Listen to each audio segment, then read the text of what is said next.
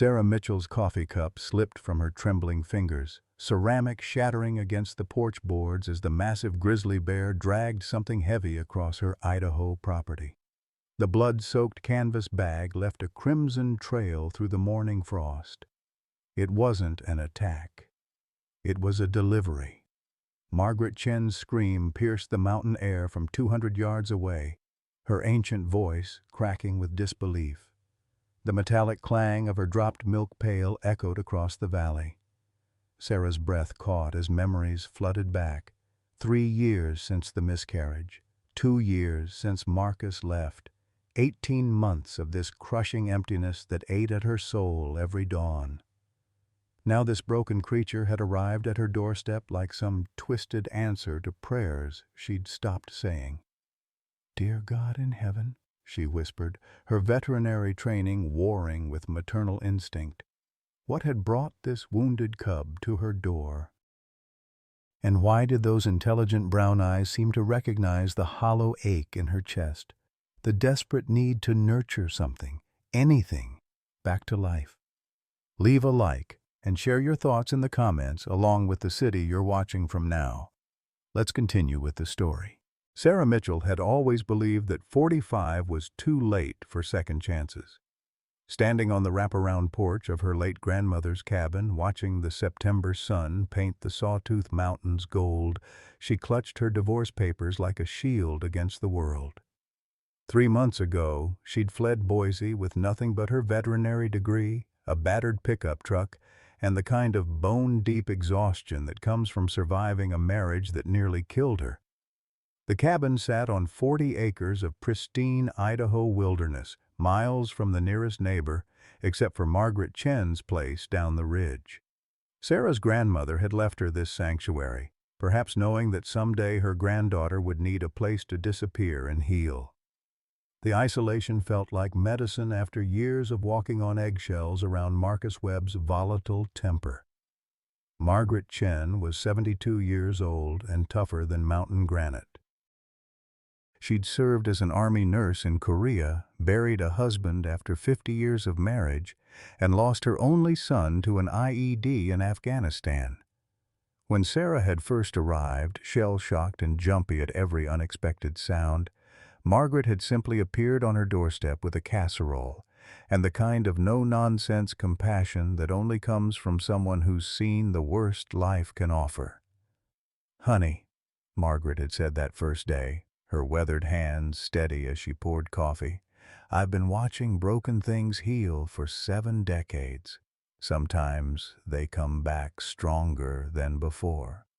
Her small frame belied a spirit forged in military discipline and frontier independence. She drove her ancient Ford pickup like she was still navigating combat zones, kept a spotless house that could pass military inspection, and possessed an uncanny ability to read people's hearts. Sarah's days had fallen into a quiet rhythm of survival and slow healing. Morning coffee on the porch, afternoons spent reading veterinary journals she could no longer practice from, evenings wondering if she'd ever feel whole again.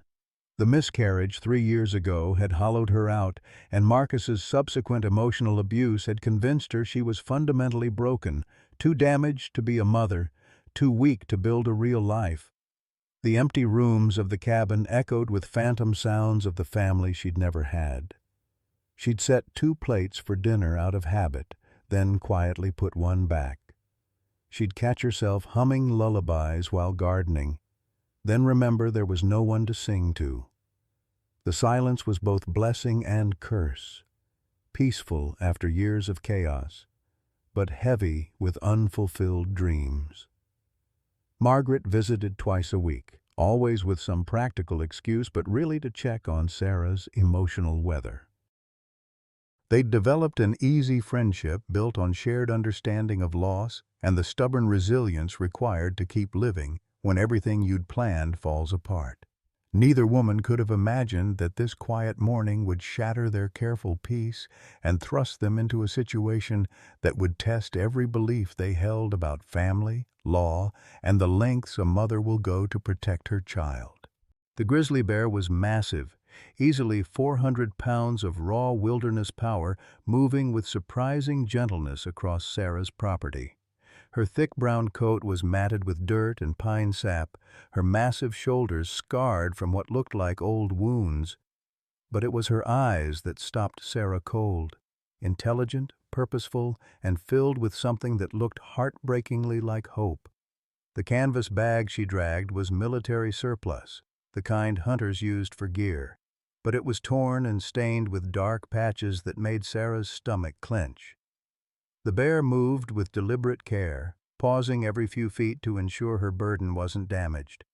When she reached the center of the clearing, about 40 feet from Sarah's porch, she gently released the bag and stepped back. That's when Sarah saw the small brown paw emerge from the torn opening. "Sweet Jesus," she whispered, her veterinary training immediately cataloging what she was seeing. The cub was young, maybe 8 months old, and in obvious distress. His fur was matted with dried blood and dirt, his breathing shallow and rapid. But what made her gasp wasn't his condition, it was what he was doing. The little bear was methodically placing leaves against a wound on his shoulder, pressing them down with his tiny paws in a motion that looked disturbingly like first aid.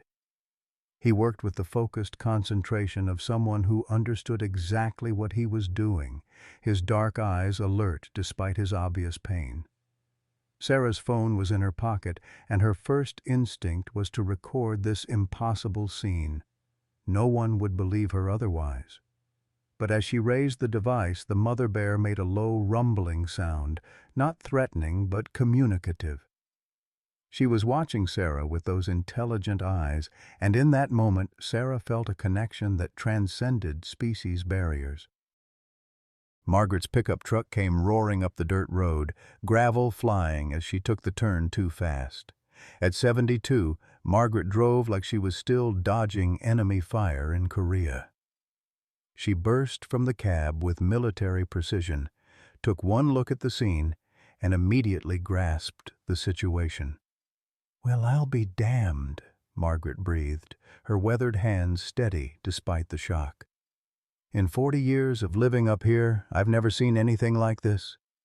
The mother bear turned to look at Margaret, then back at Sarah. Her message was unmistakable. She was entrusting them with something precious. Without another sound, she melted back into the forest with the silent grace that only wild creatures possess.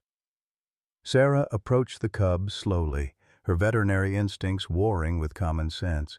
Bears, even young ones, were dangerous, but this little one seemed different. As she knelt beside the torn bag, he looked up at her with eyes that held too much understanding for a wild animal. "Hey there, little guy," she murmured, extending her hand slowly. The cub sniffed once, then gently touched her fingers with his nose. The gesture was so trusting, so achingly vulnerable, that Sarah felt tears spring to her eyes. Margaret was already moving with military efficiency, grabbing supplies from her truck. "We need to get him inside and assess his injuries," she said, her nurse's training taking over. "That shoulder wound needs cleaning and he's dehydrated. Look at his gums. They're pale." Together, they carefully lifted the cub from the bag. He was lighter than Sarah expected, his small body trembling with exhaustion and pain. As they carried him toward the cabin, she noticed something that made her heart race. The cub kept looking over his shoulder toward the forest, not with fear, but with what looked like gratitude. Inside the cabin, they set up an impromptu medical station on Sarah's kitchen table. The cub lay still as they examined him, his breathing steadying as if he understood they were trying to help. The shoulder wound was infected but not life-threatening. More concerning was his overall condition: severe malnutrition, dehydration, and what looked like trauma-induced stress. "This little one's been through hell," Margaret observed, gently cleaning the wound while Sarah held the cub steady. "But look at this. See how he's not fighting us? That's not normal bear behavior." As if in response to her words, the cub turned his head and looked directly at Sarah. In that moment, she felt something shift inside her chest, a loosening of the tight knot of grief and emptiness she'd carried for 3 years. This broken little creature needed her, and for the first time since her miscarriage, she felt the fierce pull of maternal instinct. "We need to call Fish and Game," Margaret said quietly, though her tone suggested she didn't want to make that call any more than Sarah did. Sarah looked down at the cub, who had wrapped one tiny paw around her finger with surprising gentleness. "Tomorrow," she heard herself say. Let's make sure he's stable first." They both knew she was really asking for time to fall in love with this impossible gift the wilderness had delivered to her door. The cub, whom Sarah had quietly started calling Ash, proved to be unlike any wild animal she'd ever encountered in her 15 years as a veterinarian. On his second morning in the cabin, she woke to find him sitting beside her bed, a glass of water balanced carefully in his small paws. When she sat up, confused and groggy, he offered it to her with the solemnity of a child caring for a sick parent. "Margaret," Sarah called over the phone an hour later, her voice shaking with disbelief. "You need to see this." By the time Margaret arrived, Ash had organized the medical supplies on the kitchen counter by color and size, his tiny paws moving with deliberate precision. When Sarah accidentally knocked over a bottle of antiseptic, Ash immediately fetched a towel and began cleaning up the spill before either woman could react. Margaret stood in the doorway, her coffee mug frozen halfway to her lips. "That's not animal behavior," she whispered. "That's family behavior." The breakthrough moment came that afternoon when Sarah was preparing Ash's medication. She'd been struggling to calculate the correct dosage for his weight when she suddenly doubled over with a sharp headache, the kind that usually preceded her stress migraines. Before she could even process what was happening, Ash had disappeared into the bathroom and returned with 2 aspirin tablets, placing them gently in her palm. "How did he—" Sarah stared at the pills, then at Ash, who was watching her with those impossibly intelligent dark eyes. "How did he know?" Margaret was already reaching for her phone. "We need to document this. People aren't going to believe it otherwise." But their quiet bubble of amazement was about to burst. That evening, as Sarah was preparing dinner, she noticed unfamiliar tire tracks in the gravel outside her cabin. A dark pickup truck had been circling her property, always just far enough away to avoid clear identification. When she mentioned it to Margaret, her neighbor's face went pale. "What kind of truck?" Margaret asked, her military training evident in the sharp focus of her questions. "Dark blue, maybe black. Looked like it had a modified bed. You know, the kind hunters use." Margaret's jaw tightened. "Sarah, I need to tell you something. There have been reports of poachers in the area. Bears, specifically." She paused, choosing her words carefully. "Bear parts are worth a lot of money on the black market. Gallbladders, paws. There's a whole underground trade." The words hit Sarah like a physical blow. She looked at Ash, who was contentedly playing with a rope toy Margaret had brought, and felt a surge of protective fury that surprised her with its intensity. "They're not getting him," she said quietly, and Margaret heard the steel in her voice, the same tone she'd used when finally standing up to Marcus. The next morning brought worse news. A Fish and Game officer appeared at Sarah's door with an official notice. A neighbor had reported an illegal wildlife situation, and they had 48 hours to surrender any wild animals on the property or face federal charges. "Ma'am, I understand this is difficult," Officer Bradley said, his tone genuinely sympathetic. "But keeping a bear cub is dangerous and illegal. He belongs in a proper facility." Sarah invited him inside, hoping that seeing Ash's unusual behavior might change his mind. But as they entered the kitchen, Ash took one look at the uniformed stranger and immediately positioned himself between the officer and Sarah, his small body trembling but determined. "He's protecting me," Sarah realized, her heart breaking at the cub's courage. "Look at him. He knows what's happening." Officer Bradley watched in amazement as Ash gently took Sarah's hand in his paw, then looked up at the officer with what could only be described as a plea. "I've never seen anything like this," he admitted, "but the law is the law. If he stays here, he'll likely be euthanized when he gets older and becomes dangerous." That evening, Sarah sat on her porch with Ash curled in her lap, watching the sunset paint the mountains crimson. For the first time in 3 years, she'd felt like she had a purpose, a reason to wake up each morning. The empty ache in her chest had been replaced by something warm and vital, the fierce love of a mother for her child. Margaret joined them, settling into the rocking chair with a heavy sigh. "Been thinking about this all day," she said. "That boy's special, and not just because he's smart. You seen how he looks at you? That's pure love, honey, pure trust." "I can't give him up," Sarah whispered, tears streaming down her cheeks. "I know it sounds crazy, but he feels like the child I was supposed to have." As if understanding her words, Ash reached up and gently wiped a tear from her cheek with his small paw, the gesture so tender and human-like that both women gasped. "There's got to be something we can do," Margaret said, her voice fierce with determination. "Some kind of legal way to keep him. Maybe a wildlife sanctuary license, or—" Her words were interrupted by the sound of an engine. The dark pickup truck was back, this time parking boldly at the end of Sarah's driveway. A man got out, tall, bearded, wearing camouflage gear that looked expensive and professional. He studied the cabin through binoculars for several long minutes before getting back in his truck and driving away. "That's not fish and game," Margaret said grimly. "That's trouble." That night, Sarah lay awake listening to Ash's steady breathing beside her bed. He'd insisted on sleeping on the floor next to her, positioning himself between her and the door like a furry guardian. Every few hours, she'd hear him get up to check the windows, his instincts telling him that danger was approaching. She thought about the man in the truck, about the 48-hour deadline, about the impossible choice she was facing. Lose Ash to the system, or risk everything to protect him. For a woman who'd spent 3 years feeling powerless, the decision was surprisingly clear. Tomorrow, she would fight. The video went viral overnight.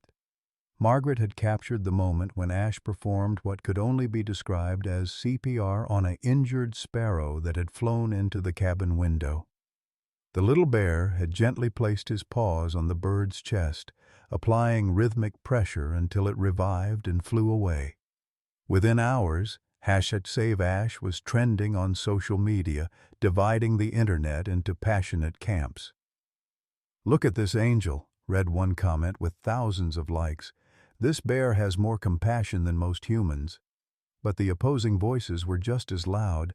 "Wild animals belong in the wild. This is dangerous and irresponsible." Sarah watched the debate unfold on her laptop while Ash sat beside her, somehow sensing her distress.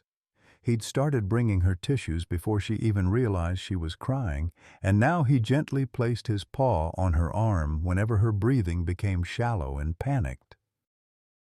Margaret burst through the door without knocking, her face flushed with excitement and worry.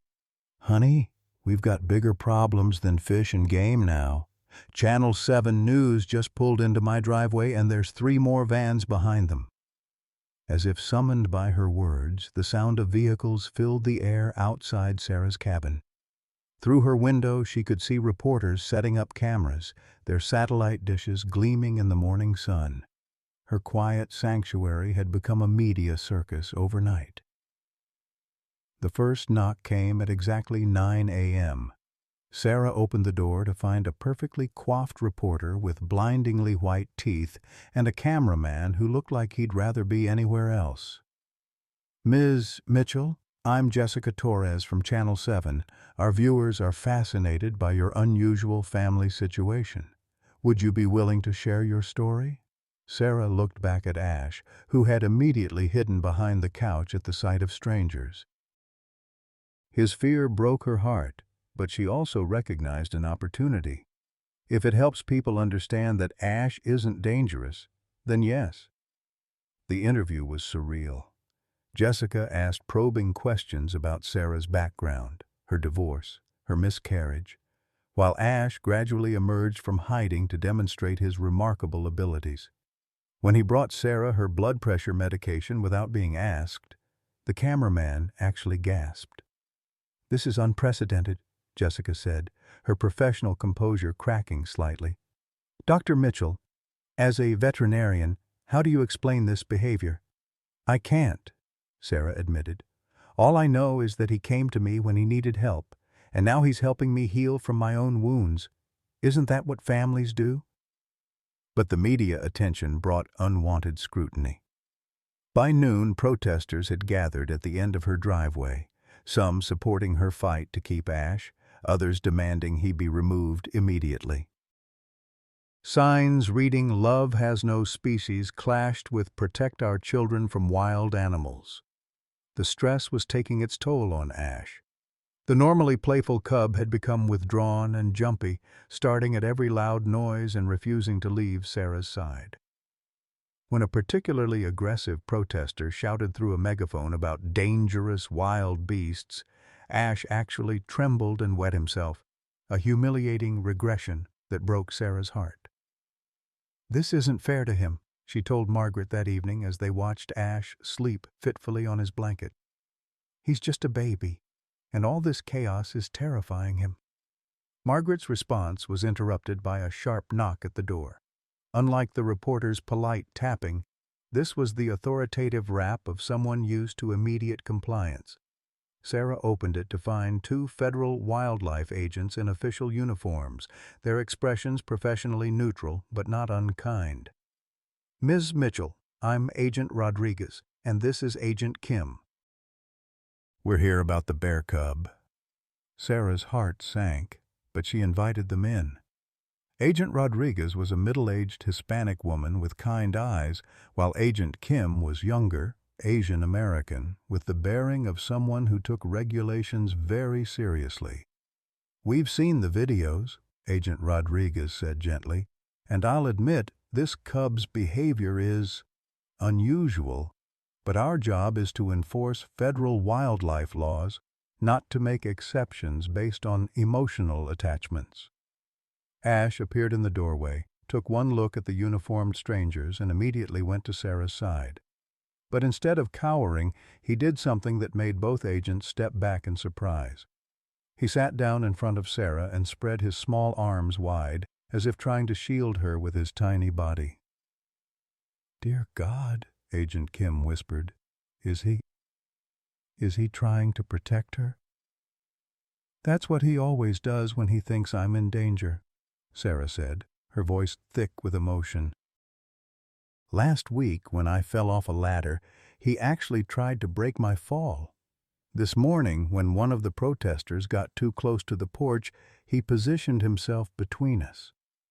She looked down at Ash, who was watching the agents with wary intelligence.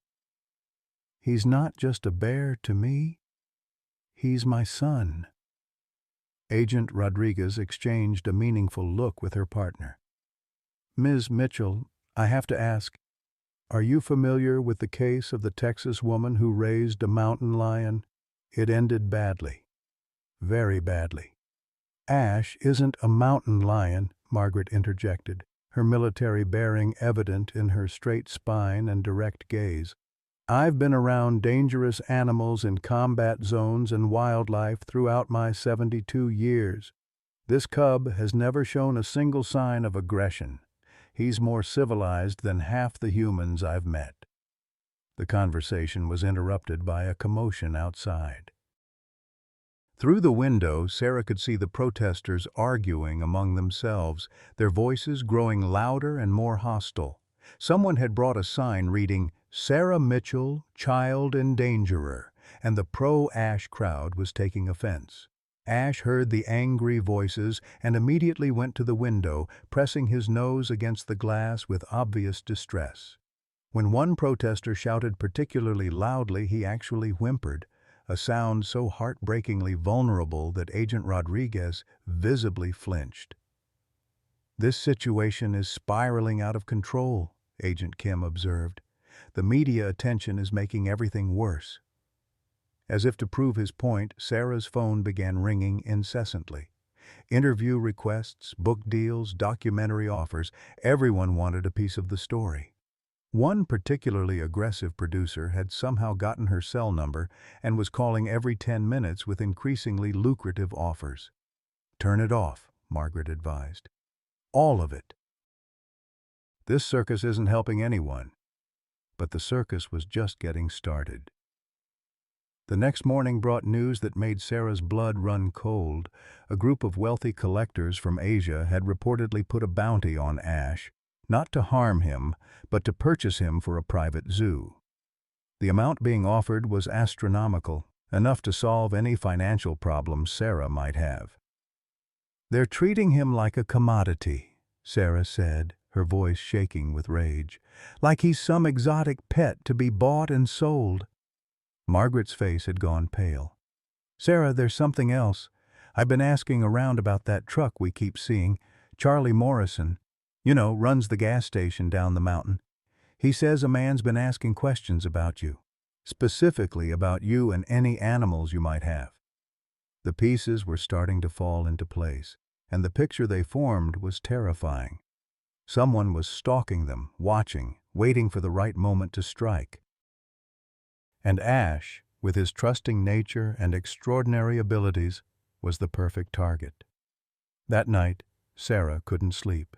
She lay in bed listening to Ash's breathing, remembering how empty her arms had felt after the miscarriage, how the silence in the cabin had echoed with all the lullabies she'd never get to sing.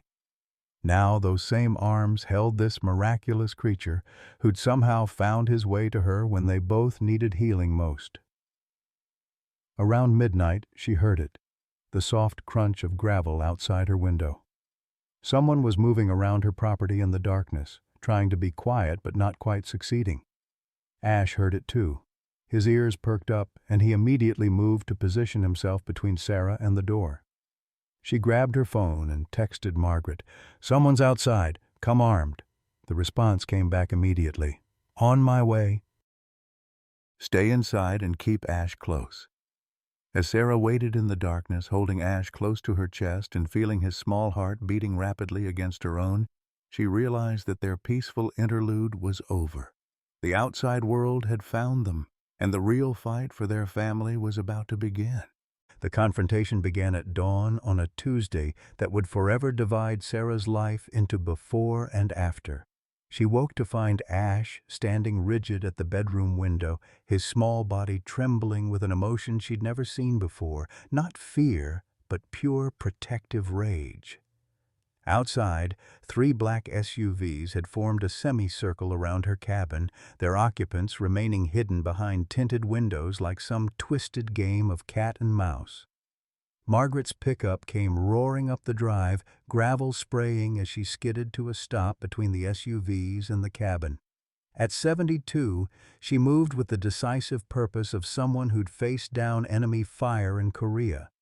She emerged from her truck carrying her late husband's hunting rifle and wearing an expression that could have stopped a charging bull.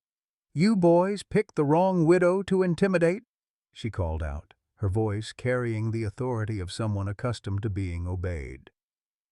The first SUV's door opened, and Sarah's world tilted on its axis.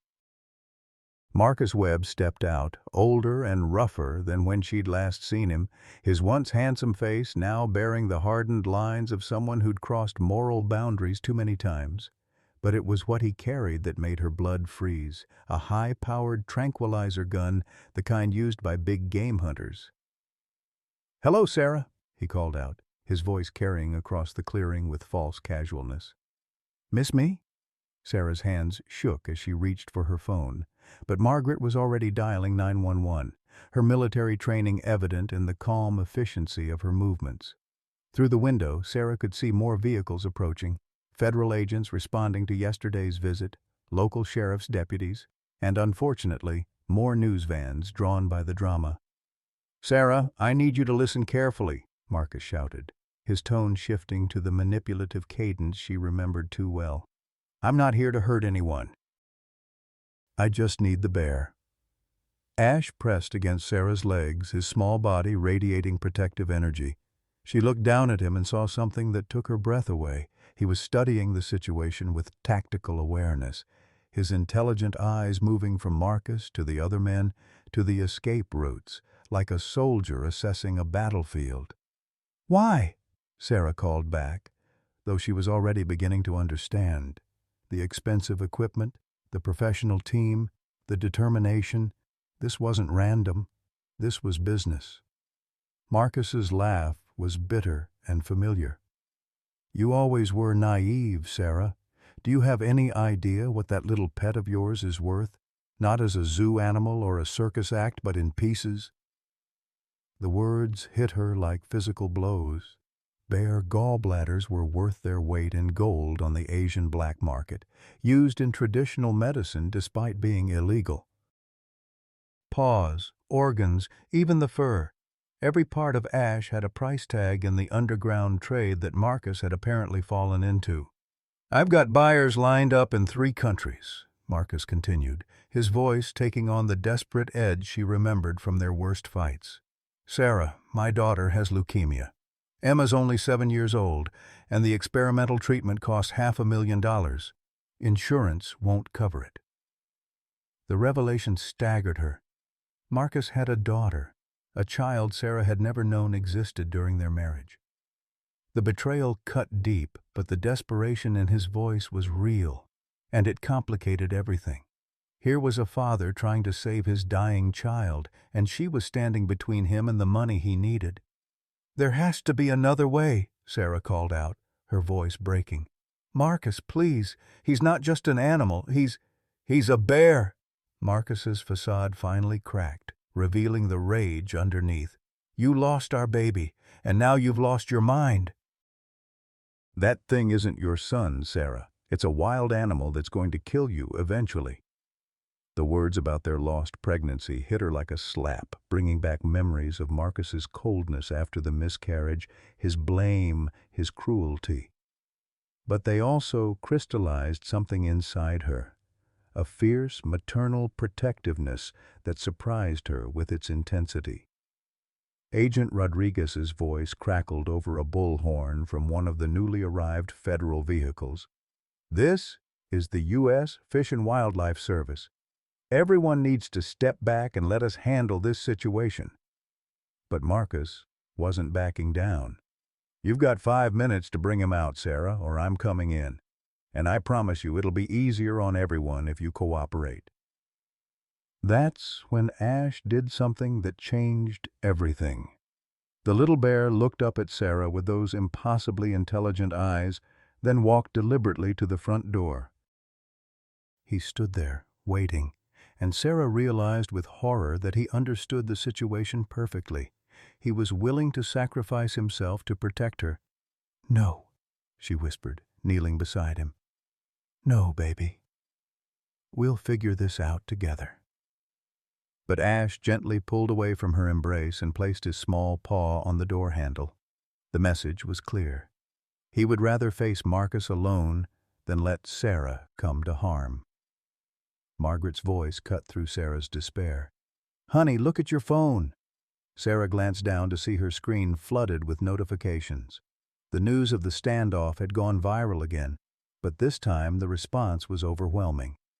Thousands of people were sharing the story, and more importantly, they were taking action. GoFundMe pages had sprouted up to help with Marcus's daughter's medical bills. Animal rights organizations were offering legal support. Local law enforcement was being flooded with calls demanding they protect Ash. "Marcus," Sarah called out, her voice stronger now. "People are trying to help Emma. Look at your phone. There are fundraising pages already set up. You don't have to do this." There was a long pause before Marcus responded, and when he did, his voice was thick with something that might have been tears. "It's too late, Sarah. I've already taken money from people who don't accept refunds. If I don't deliver, Emma and I are both dead." The truth hit Sarah like a physical blow. Marcus wasn't just a greedy poacher. He was a desperate father trapped by impossible circumstances and dangerous people. He'd borrowed money from criminals to pay for his daughter's treatment, using Ash as collateral he couldn't afford to lose. Sheriff Tom Bradley, a man in his 60s with the weathered face of someone who'd spent his career dealing with mountain justice, approached Marcus with the careful movements of an experienced negotiator. "Son, I've been sheriff in these parts for 28 years. Let's talk about this like civilized people." "There's nothing to talk about," Marcus replied, but his voice lacked conviction. "I need that bear, and I need him now." That's when Ash made his choice. Before Sarah could stop him, he pushed through the pet door Margaret had installed and walked out onto the porch.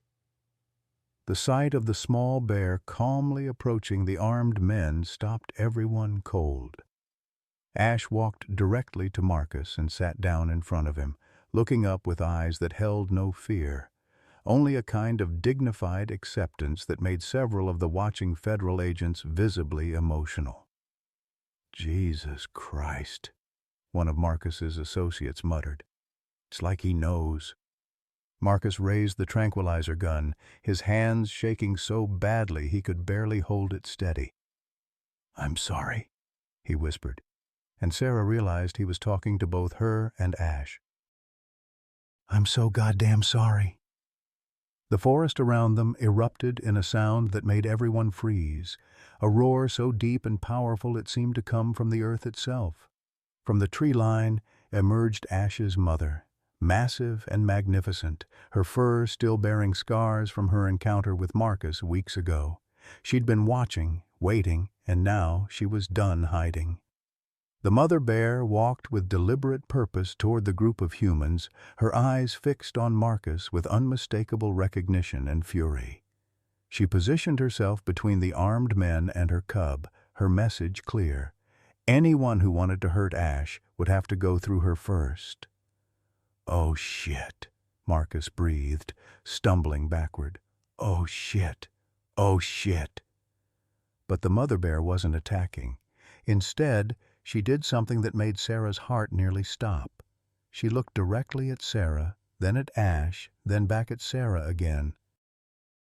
Then, in a gesture that seemed impossible, she gently nudged Ash toward Sarah with her massive snout, a final, definitive statement about where her cub belonged. The standoff had become something else entirely, a moment of truth where human law, natural instinct, and the bonds of family converged in ways none of them had expected.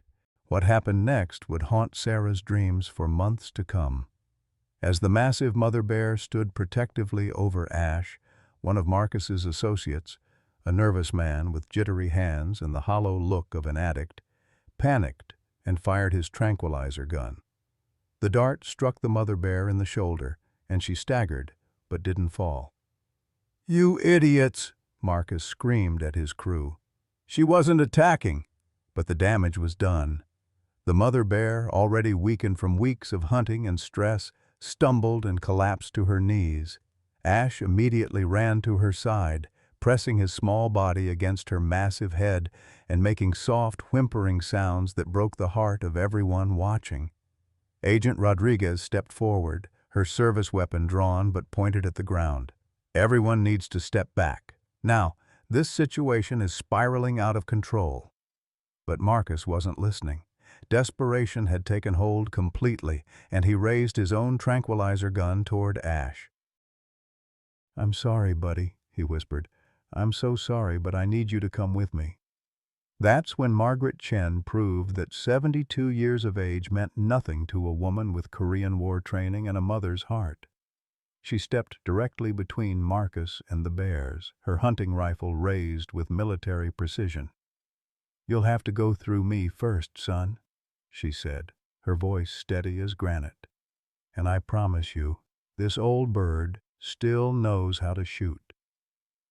The standoff stretched for agonizing seconds.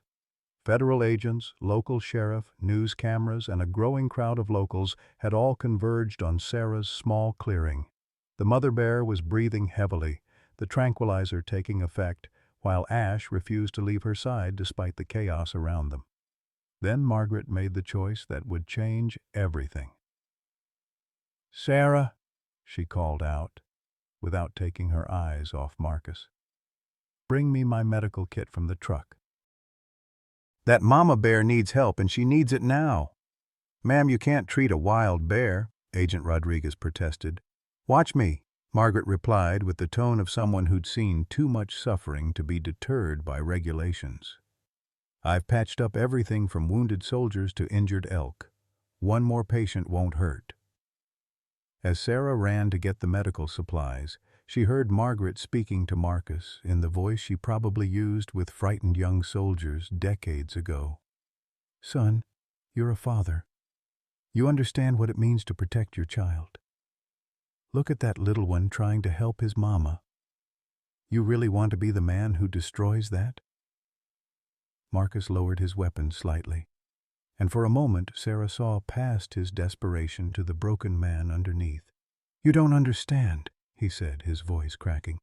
"The people I borrowed from, they don't negotiate. If I don't deliver, they'll kill Emma first, then me. They wanted proof that the bear was real, so I had to shoot the mother to get the cub. But she survived and found the cub before I could retrieve him." The admission hung in the air like a confession. Marcus had shot the mother bear weeks ago, thinking he'd killed her, only to discover that she'd survived long enough to bring her cub to safety. The blood on the canvas bag hadn't been Ash's. It had been his mother's. Sarah returned with Margaret's medical kit, and without hesitation, the elderly woman approached the fallen mother bear. Ash watched nervously, but seemed to understand that Margaret was trying to help. He even moved aside to give her better access to his mother's wounds. "She's been shot," Margaret announced grimly, examining the bear's flank where an older wound was festering. "This is infected, and she's septic. She's been fighting this for weeks." She looked up at Marcus with undisguised disgust. "You did this to her, and she still managed to save her baby." The mother bear's eyes found Sarah's, and in that moment, something passed between them, an understanding, a forgiveness, a final act of trust. The great bear lifted her massive head with tremendous effort and looked at Ash, then at Sarah, then gently nudged her cub toward the human woman one last time. "She's dying," Margaret said quietly, her professional assessment cutting through the chaos. "The infection has spread too far. Even if we could get her to a veterinary hospital, it would be too late." Ash seemed to understand. He nuzzled his mother's face gently, making soft sounds of comfort, and she rumbled back with what little strength she had left. Then, with heartbreaking tenderness, she used her last ounce of energy to push him toward Sarah's arms. "She's giving him to you," Margaret whispered, tears streaming down her weathered cheeks. "She's choosing you to be his mother." The mother bear's eyes closed for the final time just as the sun set behind the mountains, painting the sky the color of morning. Ash curled up beside her massive form and refused to move, his small body shaking with grief that transcended species barriers.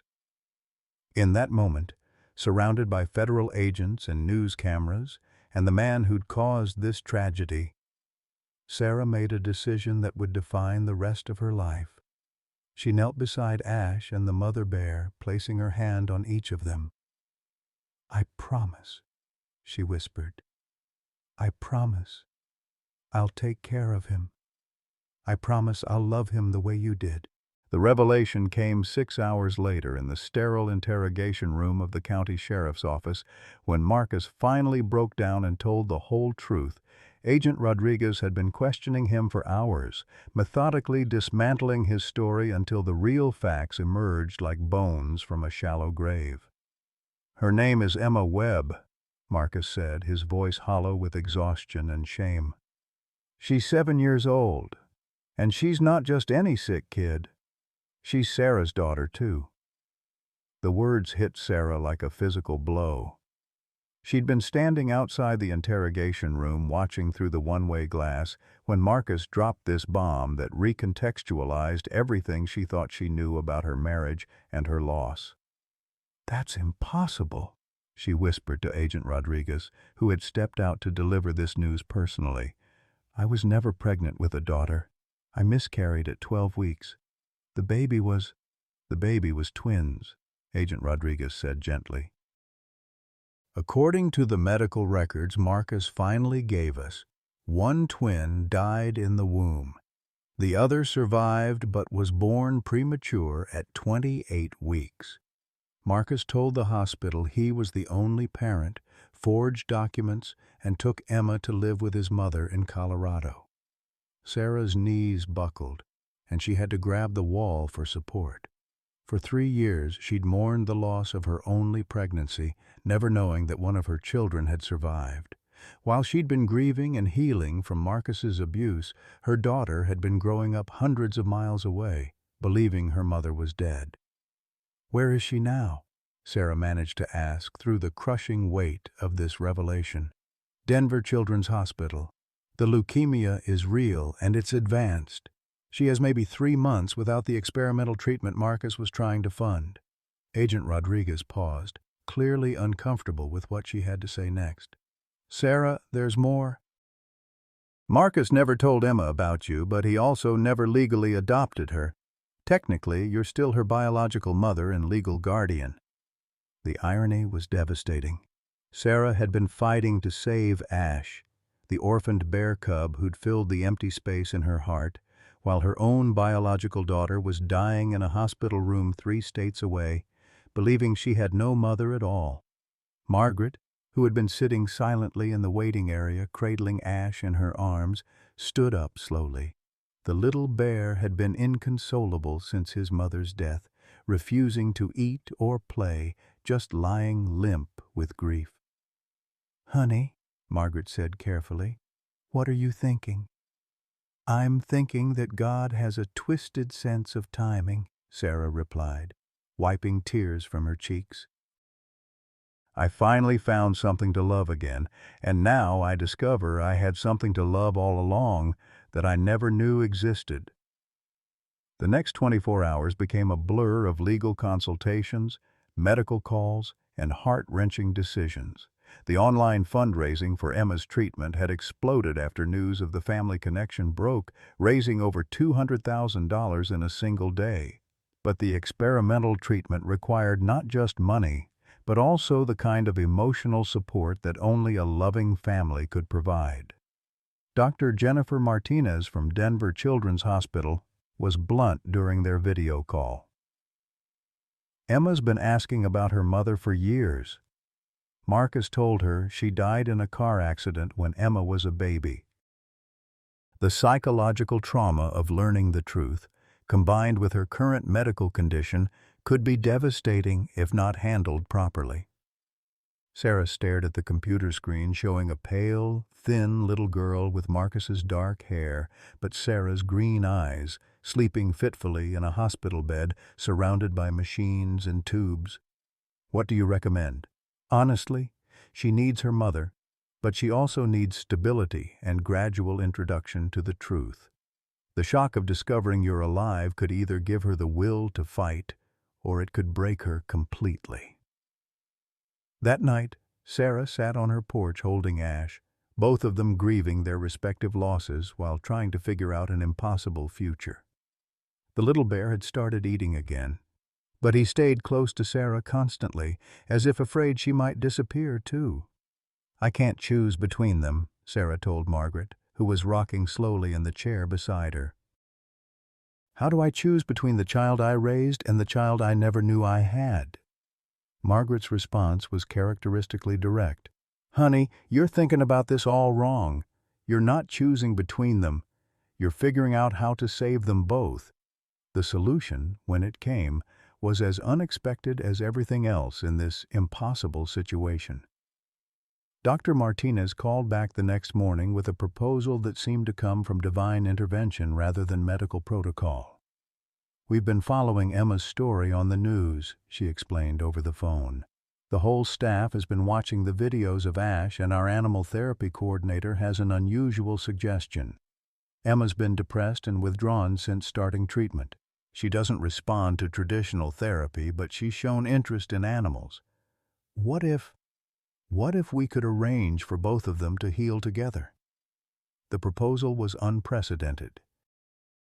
Denver Children's Hospital was willing to create a special accommodation that would allow Ash to live on the hospital campus as part of Emma's treatment program, provided Sarah relocated to Denver and served as both Ash's caretaker and Emma's mother.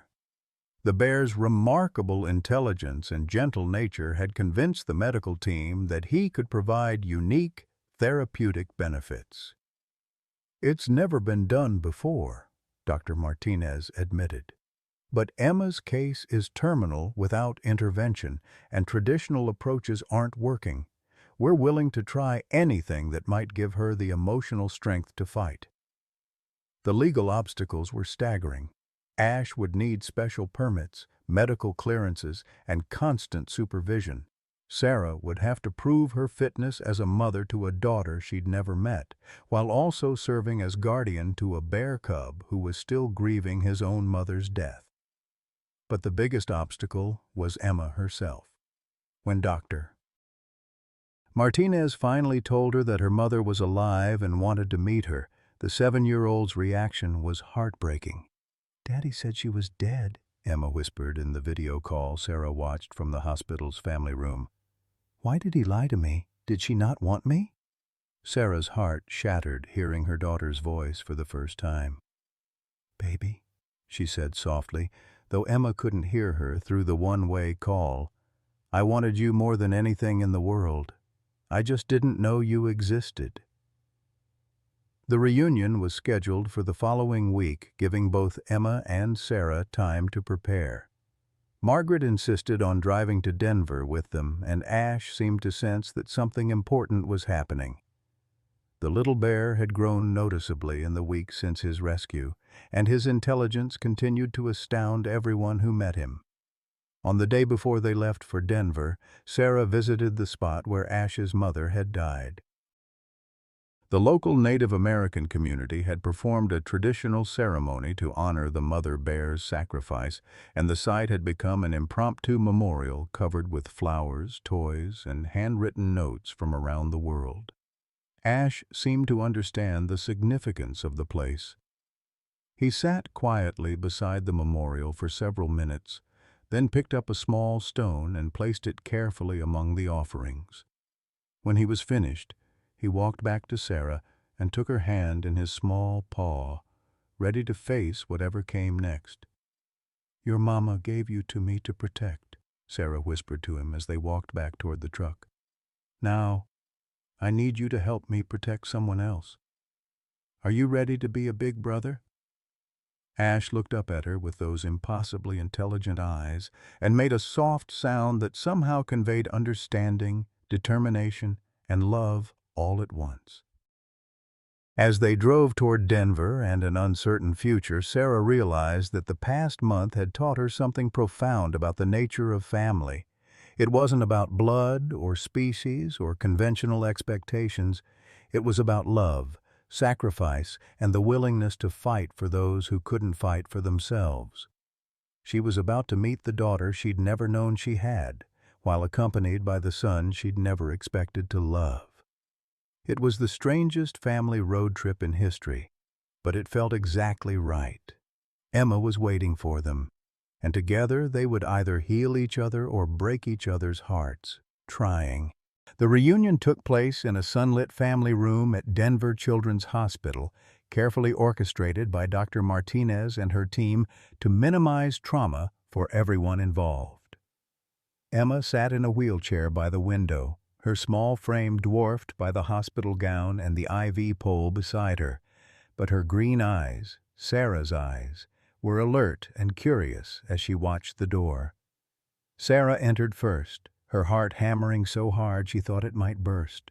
She'd rehearsed this moment 100 times during the drive to Denver, but nothing could have prepared her for the reality of seeing her daughter's face for the first time. Emma was beautiful, with Marcus's dark hair but delicate features that reminded Sarah of her own mother's photographs from childhood. "Hi, Emma," Sarah said softly, kneeling down to be at eye level with the wheelchair. "My name is Sarah. I'm your mom." Emma studied her for a long moment, her expression serious beyond her 7 years. "You don't look dead," she said finally, which broke the tension and made both Sarah and Dr. Martinez smile. "I'm definitely not dead," Sarah confirmed, fighting back tears. "I've been looking for you my whole life. I just didn't know where to look." "Daddy said you died in a car crash when I was little," Emma said, her voice carrying the weight of a child trying to make sense of adult deceptions. "But the doctors said he lied about lots of things." Before Sarah could respond, there was a gentle scratching at the door. Margaret appeared in the doorway with Ash in her arms, the little bear wearing a specially designed therapy vest that the hospital had commissioned for his visit. Emma's eyes went wide. "Is that the bear from the videos? The one who can do smart things?" "This is Ash," Sarah said, grateful for the distraction from the emotional intensity of their first meeting. "He's been taking care of me, and I think he'd like to meet you." Margaret set Ash down carefully, and the little bear immediately assessed the situation with his uncanny intelligence. He looked at Emma, then at Sarah, then back at Emma again. Slowly, deliberately, he walked over to the wheelchair and sat down beside it, looking up at the little girl with patient curiosity. "He's so little," Emma whispered, reaching out tentatively to touch Ash's soft fur. "I thought bears were scary." "Ash lost his mama," Sarah explained, watching as her daughter gently stroked the bear's head. "So now we take care of each other. Kind of like how I'd like to take care of you, if you'll let me." The breakthrough came when Emma accidentally dropped her favorite stuffed animal, a worn pink elephant named Peanut. Before anyone could react, Ash immediately picked up the toy and gently placed it back in Emma's lap, then settled down beside her wheelchair as if claiming the role of guardian. "He knows I'm sick," Emma said with the matter-of-fact acceptance that only children possess. "Animals always know, don't they?" Over the next few days, as Sarah navigated the complex emotional territory of getting to know her daughter while Emma underwent her treatment regimen, Ash became the bridge between them. He seemed to instinctively understand that Emma needed careful handling, and he appointed himself her constant companion. When Emma felt too weak to play, Ash would simply lie beside her bed, occasionally touching her hand with his paw. When she was strong enough to sit up, he would bring her books or toys, somehow knowing exactly what she needed. The hospital staff was amazed by his intuitive responses to Emma's condition. He would become restless in pace when her vitals were unstable and calm and content when she was having a good day. "It's like he's reading her medical charts," Dr. Martinez observed during one of their weekly conferences. His behavior patterns correspond exactly with her treatment cycles, but the real magic happened during Emma's worst night, 3 weeks into her treatment.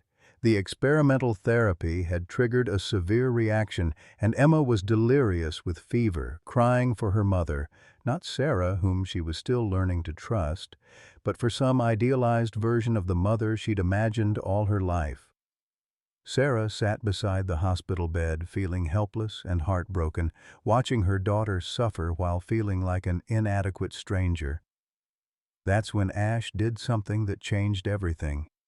The little bear climbed carefully onto the hospital bed and curled up beside Emma, pressing his warm body against her fevered form. Then he began to make a sound Sarah had never heard before, a low, rhythmic humming that seemed to vibrate through his chest and into Emma's body. "What is he doing?" Sarah whispered to the night nurse, who was monitoring Emma's vitals with wide eyes. "I don't know," the nurse replied, "but look at her heart rate. It's stabilizing." As Ash continued his mysterious humming, Emma's breathing began to even out, and her fevered muttering quieted to peaceful sleep. The little bear maintained his vigil all night, his unusual song seeming to call Emma back from the edge of whatever darkness the treatment had pushed her toward. When Emma woke the next morning, the fever had broken, and she was coherent for the first time in days, The first thing she saw was Ash's concerned face, inches from her own, and the first thing she said was, "Thank you, Brother Bear." From that moment forward, the dynamic between all three of them shifted. Emma began calling Sarah Mom, naturally, without the forced politeness she'd maintained before. Sarah felt the last walls around her heart crumble as she watched her daughter and Ash bond with a connection that transcended species. The experimental treatment was working. Emma's blood counts improved steadily, and her doctors began cautiously optimistic about her prognosis. But more importantly, she had the will to fight that had been missing before. She endured painful procedures without complaint as long as Ash was nearby, and she spoke excitedly about the future, about going home with Sarah and Ash, about teaching Ash to play games, about being a family. Margaret, who had extended her stay in Denver indefinitely, became the unofficial grandmother Emma had never had. She regaled the little girl with stories of her adventures with Ash back in Idaho and taught her card games that helped pass the long hours between treatments. "You know what I think?" Emma said one evening as Sarah was reading her a bedtime story while Ash dozed at the foot of the hospital bed. "I think Ash's mama and my daddy both made mistakes, but they brought us together anyway. Maybe sometimes bad things happen so good things can happen too."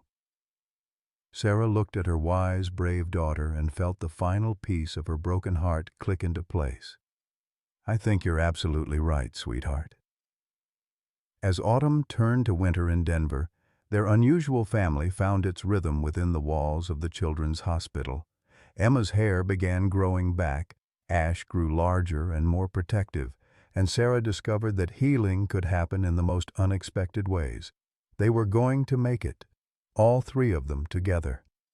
6 months later, Sarah stood in the kitchen of their new home in Denver, watching through the window as Emma and Ash played in the backyard. The little girl's hair had grown back thick and curly, and her laughter rang out as Ash gently carried her favorite ball in his mouth, playing an elaborate game of keep-away that always ended with him letting her win. The house was a compromise between Sarah's need for space and the city's requirements for keeping Ash. It sat on 2 acres just outside Denver's limits, with high fences and special permits that had taken months to obtain. But it was worth every bureaucratic battle to see Emma running freely in the sunshine, declared cancer-free just 2 weeks ago. Margaret had moved to Denver permanently, taking up residence in the converted garage apartment they'd built specially for her. At 73, she claimed she was too old to live alone in the mountains anyway, though Sarah suspected the real reason was her unwillingness to miss a single moment of Emma's childhood or Ash's continued development. The bear had grown considerably, now weighing nearly 80 pounds, but his gentle nature remained unchanged. He wore a special collar with GPS tracking and had passed every behavioral assessment the state required.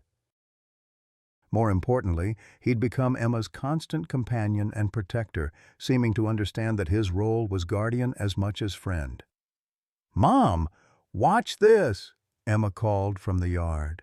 She held up a bandage, and Ash immediately sat down and extended his paw, allowing her to practice the first aid techniques Margaret had been teaching her. The sight of her daughter playing doctor with a bear still took Sarah's breath away, but it had become as natural as any other childhood game. Dr. Martinez visited regularly, officially to monitor Ash's role in Emma's continued therapy, but really because she'd become part of their extended family. The unprecedented success of their case had changed protocols at the hospital, and they were now developing an official animal therapy program based on what they'd learned from Ash. "He's not just a therapy animal," Dr. Martinez had explained in the medical journal article she'd published about their case. "He's a family member who happens to provide therapeutic benefits. The distinction is crucial to understanding why this arrangement works when traditional therapy failed." The legal battles had finally ended 3 months ago when Governor Patterson signed Emma's Law, legislation that created special provisions for therapeutic animal partnerships in cases involving terminally ill children. Sarah had been invited to the signing ceremony where Emma had charmed everyone by asking the governor if he wanted to meet her brother bear. Marcus had been released from prison the previous month, serving reduced time in exchange for his cooperation in dismantling the wildlife trafficking ring he'd been involved with. His first stop upon release had been their house, a visit Sarah had dreaded but knew was necessary for Emma's emotional health. The reunion between father and daughter had been awkward and painful, but Emma's forgiveness had been swift and complete in the way that only children can manage. "Daddy made bad choices because he was scared," she'd explained to Sarah afterward with 7-year-old wisdom. "But Ash teaches us that families help each other make better choices." Marcus now lived in a halfway house across town and visited twice a week under supervised conditions. He was receiving therapy for his gambling addiction and working with a wildlife conservation group as part of his community service. The transformation in him was remarkable. The desperate, dangerous man who'd threatened them in Idaho had become someone genuinely committed to making amends. "I stole 3 years from both of you," he'd told Sarah during one of their court-mandated co-parenting sessions. "I can't give that time back, but I can spend the rest of my life making sure Emma knows she's loved by both her parents." The public attention around their story had gradually faded, though they still received letters from around the world. Children drew pictures of Ash, families shared their own stories of healing, and wildlife organizations had used their case to promote conservation efforts. Sarah had started a small foundation to help other families facing pediatric cancer, funded by continued donations from people who'd been moved by their story. But the most profound changes were the quiet, daily ones. Emma had started 2nd grade at a special school that accommodated her unique family situation. Her teacher, Mrs. Roberts, had initially been skeptical about having the bear girl in her class, but Emma's intelligence and kindness had won over both classmates and adults. Ash attended school with Emma twice a week as part of an expanded therapy program, delighting children and teaching them about wildlife conservation and empathy. He'd become something of a local celebrity, but his fame never seemed to affect his fundamental nature. He remained focused on Emma's well-being above all else. Sarah had returned to veterinary practice part-time, working with a clinic that specialized in exotic animals. Her unique experience with Ash had made her something of an expert in human-wildlife relationships, and she consulted on cases across the country involving rescued or orphaned wildlife. The evening routine never varied. After dinner, they would all gather in the living room, Sarah reading or working on her laptop, Margaret knitting while watching the news, Emma doing homework at the coffee table, and Ash lying beside her, occasionally nudging her pencil when she got distracted. "Mom," Emma said one evening, looking up from her math homework, "do you think Ash's mama knew this would happen, that we'd all be together and happy?" Sarah considered the question seriously, as she'd learned to do with all of Emma's deep thoughts. "I think she knew you needed each other," she said finally. "And sometimes that's all love needs to know." As if summoned by the mention of his mother, Ash lifted his massive head and looked toward the window where the mountains were barely visible in the distance. For a moment, his expression was distant and thoughtful, and Sarah wondered if he was remembering the mother who'd sacrificed everything to bring him to safety. Then Emma reached over and scratched behind his ears, and his attention returned to the present moment, to the family that love and circumstance had built from the most unlikely pieces. Outside, snow began to fall, the first of the season. Inside their warm house, 3 generations of humans and one remarkable bear settled into another peaceful evening, proving that sometimes the most extraordinary families are the ones that no one could have imagined, but everyone can recognize as exactly right. Dear friends, this story reminds us that family isn't always what we expect, but love always finds a way to heal our deepest wounds. Whether you're a grandparent watching your own family grow or someone who's faced unexpected challenges, remember that second chances and new beginnings can come in the most surprising forms. Sometimes our greatest blessings arrive when we're brave enough to open our hearts to the impossible. What unexpected blessing has changed your life? Have you ever experienced a moment when love transcended what you thought was possible? Please share your stories in the comments below. Your experiences might be exactly what someone else needs to hear today.